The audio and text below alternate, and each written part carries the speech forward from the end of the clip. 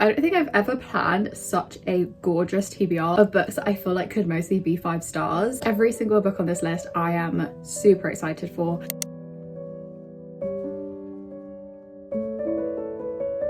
Hi, so I am doing a very late TBR for November, but as you can tell from the thumbnail and the title, I'm also including my October wrap up within this video. So I am really excited to start kind of testing out this style of video on my channel, where I do a quick wrap up of my reading from the month before and then dive into my plans for the upcoming month of reading. So October was such a good reading month for me. I actually read 12 books, which I don't think I've ever read 12 books in a single month in my life. I might be making that up, but I feel like October was such an incredible reading month for me. I read some amazing books. So in the month of October, I had 1 3.5 star, 8 4 stars, 1 4.5 stars and 2 5-star reads. So yeah, really good going. And in these videos I'm planning on talking about 1 or 2 books that I feel like are really worth mentioning, just so that you guys can get the top of the top recommendations from me. I'm going to be calling it my monthly highlights. The first book is My Pen is the Wing of a Bird, new fiction by Afghan women. This is a fictional short story collection put together by Untold. What I really loved about this is that it was incredibly varied. It ranged from stories about women in the workplace, girls at school, trans women. Although the entire collection was written by women, there were also stories about children and men in there as well, which I think were equally as beautiful and important. And a couple of stories in this collection were actually based on true events, which was really interesting to learn about these events but told through fictional short stories. I think what's really important about collections like this as well is that we see a lot of headlines, we see a lot of statistics floating around online and in the news, but reading these stories is truly a window into the individual experience, real people's stories, especially since this book is centered around the female experience in Afghanistan, which obviously is just not talked about enough. There's a quote on the back of this one that I feel like sums up this collection so well. If fiction offers a window into the world, this is a book of stories you need to open. So yeah, I highly recommend this if you want to pick up a book of short stories, if you want to learn more about Afghanistan and in particular Afghan women, and also support these authors as well, because most of the authors in this collection didn't beforehand have the chance to get their work published. So yeah, I just feel like this is such a magic book and I don't think I'll ever stop recommending this book on my channel. The next book that I wanted to talk about is Spells for Forgetting by Adrienne Young, and this is very different but also on my favorite shelf now, and I read this during Vampathon, so if you want to know all of my reactions and my thoughts at the time, then definitely go ahead and watch my first 2 Vampathon vlogs. So this one is the perfect mixture of magic, romance and murder mystery. Although that sounds like it could be a very cozy read, it is incredibly dark actually. So it's set on this small island off of the coast of Seattle, and the island itself has its own kind of magic. The people there do practice witchcraft and a lot of the women identify as witches. There is tea reading involved, there are spells, so it definitely has that cozy practical magic kind of vibe to it. But there is a dark undercurrent in this book. 13 years prior to when this book actually starts, there was a murder of a teenage girl on the island. Although this book is actually multiple POV, so it follows so many different people, so many different characters, it does center around these 2 specific people, August and Emery. So Emery is the best friend of the girl who got murdered 13 years ago, and August was Emery's boyfriend. August was actually suspected of killing this girl all those years ago, and he was kind of run out of the island with his mother. But at the start of this book, he is returning to the island. He is there to scatter his mum's ashes, which was one of her final wishes. So basically this whole murder mystery is dragged back to the surface in this close-knit yet corrupt kind of town, and it is so good. It's got a beautiful second chance romance in there, and it is quite slow burn, so I would say if you started it and you feel like it's a little bit slow, definitely keep going, definitely persevere with this book, because I felt like personally it got better and better throughout my read of it, and the ending is just so high stakes. You have no clue what's going to happen, and it is a really satisfying eerie ending as well. Okay, so that was my October highlights, the 2 books that I actually wanted to talk to you guys about and recommend. Now that we talked about those, let's get into my November TBR. The first book I want to mention I actually don't own physically yet. I've got it reserved at one of my local Waterstones, so I just need to go and pick it up this week, and that is For the Wolf by Hannah Witten. This one I'll just briefly mention because it is my Patreon book club pick for November. I gave my patrons a few like fairy tale retellings to pick from this month, and this is the one they chose. And the main character, Red, it is a little Red Riding Hood retelling, of course. She is basically the second born daughter, so I feel like this hasn't happened in years and years. The tagline literally is something like the first is for the throne and the second is for the wolf. I definitely didn't remember that tagline correctly, but yeah, she's getting sacrificed to the wolf, but she doesn't really care. Like, she's kind of willing to go into these woods to be sacrificed because she's always felt like an outcast in her town and her family. She has these dangerous special powers, and I feel like she's hurt someone in the past and she just doesn't want to face it anymore. She doesn't want to have to hurt someone that she loves, so she's fine to be sacrificed. Plot twist, the wolf ends up being a man living in the forest, and that's pretty much all I know. So I'm really intrigued. I feel like she learns how to use her powers the way they're supposed to be used, and obviously it's a fairy tale retelling, and I don't read enough of those and I really want to read more. So yeah, I'm super excited. If you guys want to get in on the buddy read or any future buddy reads that we do, I run them for the top 2 tiers of my Patreon every single month. So this one I might not talk about that much on my main channel, but I will be doing a whole dedicated vlog for. So if you guys want to check that out, my Patreon is always linked below. Okay, let's address the elephant in the room. You guys saw the thumbnail, you saw me hold up that stack of books earlier. I feel like this book was like really obvious because of the sprayed edges. I'm gonna be reading Babel in November. I feel like this has been a long time coming just because there was so much hype about this book, but I told myself I wouldn't pick it up, I wouldn't buy it until I was absolutely ready to read it. And last week these signed exclusive copies came into my work, so I just took it as a sign and I bought myself one of these. There is the gorgeous signature.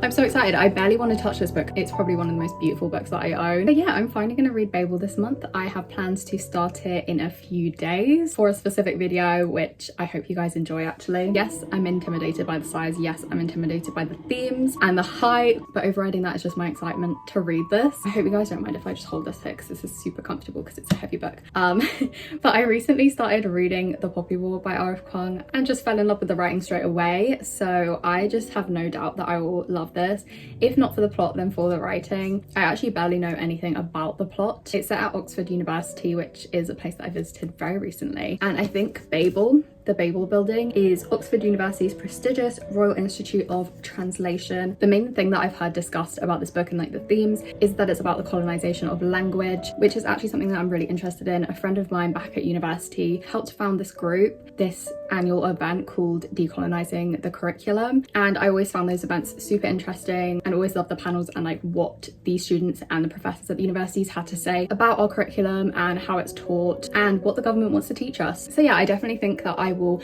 love exploring those themes in this book if that is truly what it's about. But yeah, for the most part I've kind of been blocking out what people have been saying about this just because I want to go in without any expectations.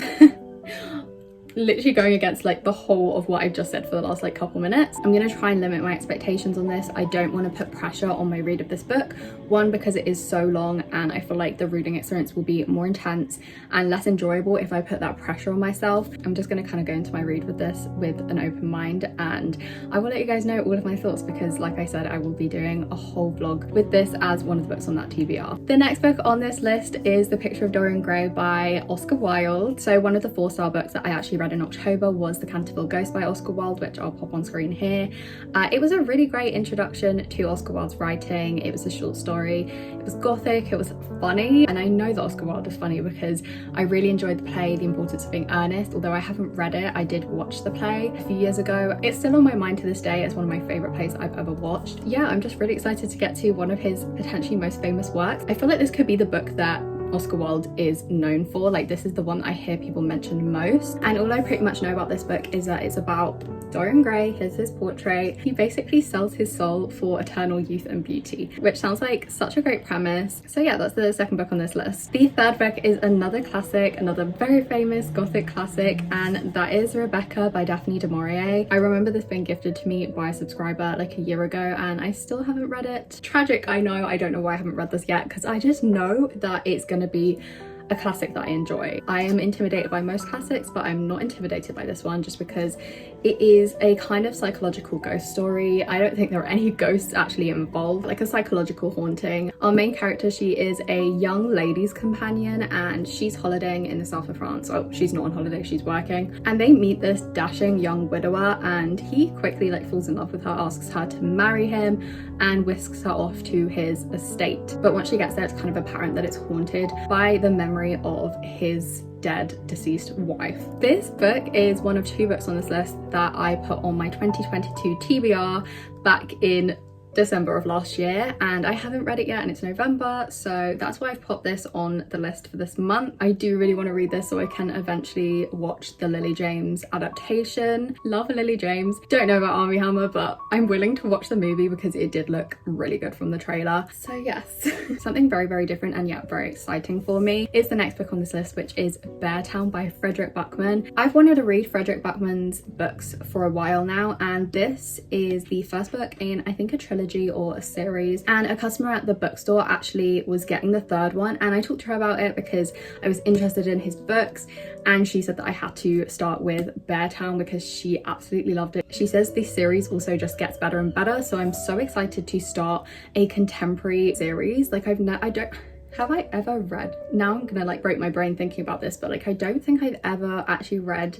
a contemporary adult series before. I feel like this is a new venture for me. But yeah, this is a Swedish translated work as well. I'm actually lucky enough to have lots of family in Scandinavia, and the place that I think I visited most throughout my childhood and before COVID, I haven't actually been back since before COVID, but that is Sweden, and I've got family in Gothenburg, so it's one of my favorite places. It is so gorgeous in the winter time, and this is set in a remote Swedish town in the woods in winter, and I couldn't think of a more perfect setting for a book to read in November than this. I'm also really surprised that I haven't read any Swedish translated works yet, so yeah, this is going to be a first for me in many ways. Again, this is a book that I didn't want to know too much about going in, but the two things that I know about it is that it's centered around a murder and also hockey. Because Sweden loves their hockey. And of course, I'm not going to be filming a TBR video for a while now without mentioning the next book in the Vampire Academy series. And the next one for me is Shadowkiss. By the way, I absolutely hate this.